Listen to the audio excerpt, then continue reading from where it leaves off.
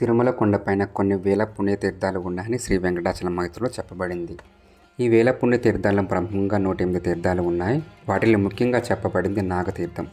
ఈ నాగతీర్థం స్వామివారి ప్రధాన ఆలయానికి 1 కిలోమీటర్ దూరంలో ఉంది.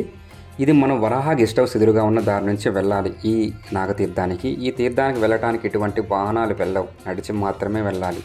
కానీ ఈ దారిలో బాణసారి గంగమ్మ దేవాలయం మరియు శ్రీవారి పరమ భక్తురాలైన వేంగమాంబ శ్రీవారి పూజ కోసం పెంచిన తులసి వనం మనం చూడవచ్చు. ఈ నాగతీర్థం వెళ్ళే దారి ఎంతో ప్రకృతి అందాల నడుమ భారీ వృక్షాల మధ్య ఎంతో సుందరంగా రమణీయంగా ఆహ్లాదకరంగా ఉంటుంది. ఈ నాగతీర్థం చేరుకోగానే మనకి ముందుగా పెద్ద బావి కనిపిస్తుంది. ఈ బావి నుంచే నాగులు స్వామివారి పూజా కార్యక్రమాలు నీళ్లు తీసుకువచ్చి పూజ చేసేవారంట. ఈ బావిలో నీళ్లు తలపై 7 సార్లు చల్లుకున్నా కూడా నాగదోషాలు పోతాయని నమ్మకం. ఈ నాగతీర్థం దగ్గర ప్రదేశం ఉన్న నాగదేవత విగ్రహాలు ఎన్నో మనం చూడవచ్చు. ఈ తీర్థం దగ్గర ఒక గుహకు దారి ఉండటాన్ని కూడా గమనించవచ్చు. ఈ దారి నుంచి నాగులు వస్తాయని, అదే నాగలోకమని చాలామంది విశ్వాసంతో ఉంటారు. మీరు కూడా తిరుమల వెళ్తే ఖచ్చితంగా నాగతీర్థాన్ని దర్శించండి.